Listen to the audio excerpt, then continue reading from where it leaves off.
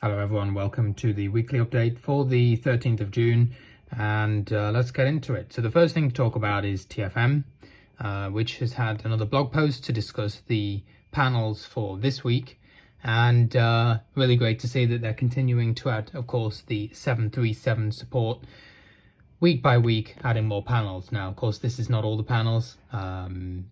This is sort of the forward overhead. There's a lot more to go after this, but week on week we're seeing more panels being added. Let me highlight to you the panels that have been added this week and particular features that I think are useful.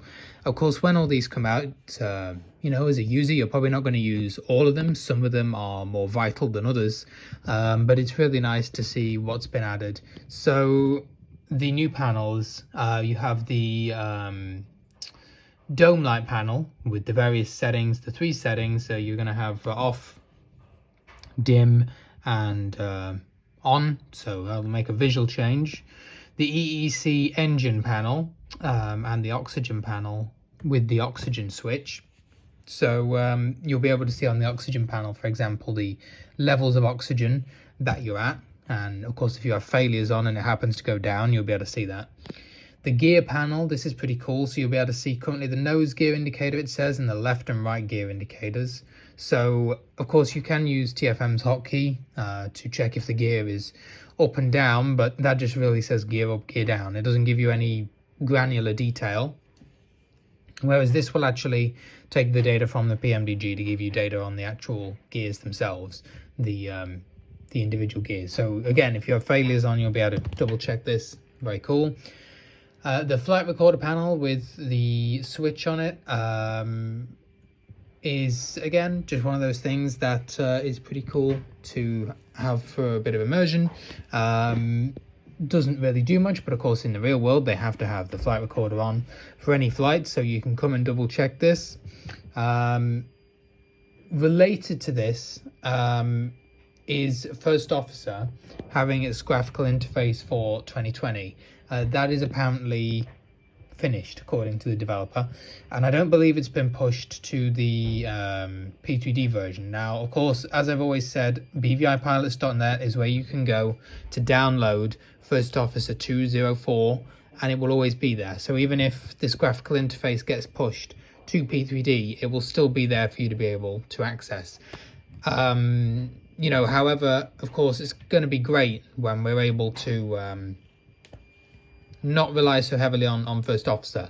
No matter what, I'm not going to be, I'm not going to come out and say I'm going to ditch First Officer or that everyone should ditch First Officer. There's nothing wrong with having that realism of having a First Officer in the aircraft with you. They don't fly a 737 solo, but it's good that we won't have to rely on it so much. And it's good that we'll be able to do a lot of these things by ourselves. It might be the case that you decide, okay, I'm going to just keep it around for the checklist, but not have it do the flows so much, so that I can actually try and do some of these things myself when this update gets released. And he said that, Andy, that is, the developer, said that he was hoping this would be kind of ready by the fall, but he's going to put out a blog shortly over the next week with release times. So keep an eye out for that on the blog at Talking Flight Monitor. And, it's always useful to double check that every week or so. And either way, release times are kind of by the by. They sometimes slip and sometimes get pulled forward depending on what's going on. So nevertheless, just know this is not something that's going to be released in the next week or something like this, but it is, coming along nicely. And although there's quite a few more panels to go, you can see week upon week the more panels being added and how we might use them. I should also say as well, this is not exclusive. This is not something that you can only read about on the blog or that only certain people have access to. That's just nonsense. You can go and get it from the GitHub. You can, of course, build it from source, and you can use something like Visual Studio, for example, and build a copy for yourself, and you can see the exact progress of what's going on. Of course, it will be released in an official update, but if you do want to check it out, You don't assume when you do that you'll get support from TFM or me or any other person trying to ask questions to other YouTube channels or whatever about okay, I'm using this test version, why isn't this working? Well, as if you build it from source, that's kind of on you.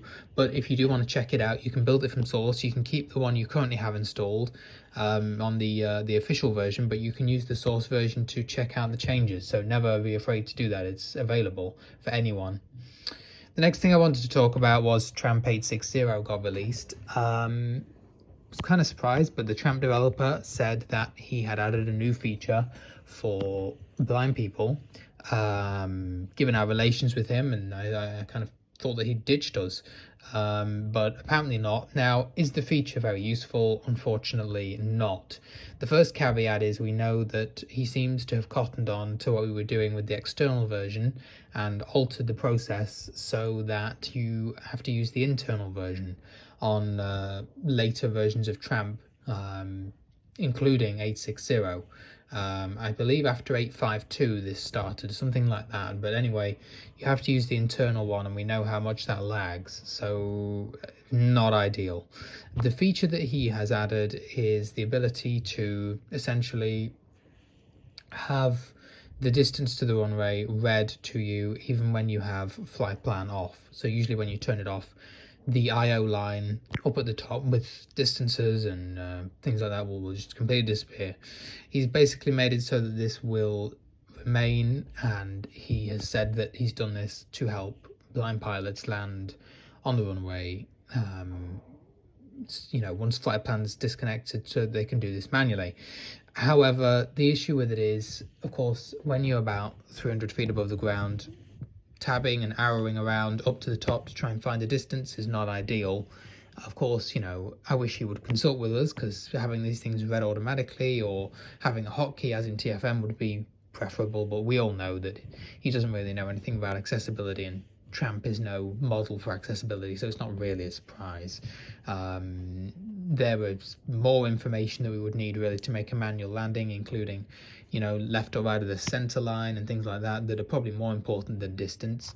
By that point, about 300 feet above the ground, well, you're pretty much on top of the runway. You're just trying to figure out whether you're on the center line, and that you need to maintain a steady descent rate and then flare. So not the most useful feature, I would say, which is kind of unfortunate. But if anyone does try it out, do let me know how your results turn out. But I don't think I'll be trying it. I think I'll be sticking with the version I'm on, 852, and version 840 is available on bvipilots.net, I believe, which is pretty much exactly the same as 852. In fact, it's better because it doesn't have the traffic map, which causes some lag. So you can always download that, even if you upgrade and then find it doesn't work. You can still download 840 from bvipilots.net. The next thing I wanted to talk about was Toolkit Pro. He is still working on the update. I think it's going to be released very soon, according to him. Sort of this week is the timeline. But he has issued a development blog with some info on this. And let me go through some of the changes here. So the first thing he says is an altered planning UI to make it simpler and more efficient. A flight summary page will now have your scheduled time till departure and show if you're running late. I guess that's kind of cool if you run by SimBrief's scheduled times. Performance updates to reading the airline database. Yes, that's needed. It takes quite a while if you're searching real-world schedules. The meta will now be provided from the network you choose as well. So if you choose VATSIM, it will pull the meta from VATSIM, similar with any other network, IVAO for example, just because sometimes I guess there's slight differences in the real world meta and the meta that VATSIM pulls, generally if it's pulling it from a different service. So to match VATSIM and the ATIS that you'll be getting, it will pull it from that network, so useful. The online data center we already knew about, basically where pilots will be able to edit things like schedules and add new data points. That will be useful, although it'll probably take a while to really start showing any noticeable change whilst people are adding data. And the phone app, there's nothing about that in this development blog, but hopefully that will be coming soon too. I'm looking forward to seeing what they can add in that. The other thing that I want to talk about this week, and the final thing really, because it's not all that important, but might be useful for a few people, is FS Realistic Pro was released for good old 2020. I know, but yes. Anyway, it's a program that's been around for, I explained, for a while. It adds certain things like head movements and juddering on landings, things like this that are sort of visual effects that aren't that useful. But it does add some audio effects as well, including turbulence, rolling, passengers, and wind, is what it says. So I've listened to a few of the previews. It doesn't sound too bad in terms of the turbulence and rolling sounds, especially for some of these default 2020 aircraft, the jets, for example, that don't sound great, don't really have much to them. Of course, the add-ons are a whole different story. The passenger sound I'm not a fan of. It sounds like Eurofly. It sounds like a bunch of people in a pub, not passengers on a plane. So it's a paid add-on. Obviously, if you're a 2020 fan, it might be worth it. But there's preview videos that you can watch if you actually want to hear it in action. 2020 itself, we all know, has its issues. It's continuing. So, that has to be taken into account. But I thought I'd put in that the add-on was released, especially since it has some audible, makes some audible changes to the simulator. Other than that, that's going to do it, and I will see you on the next video for the weekly update on the 20th, and I hope you'll have a great week.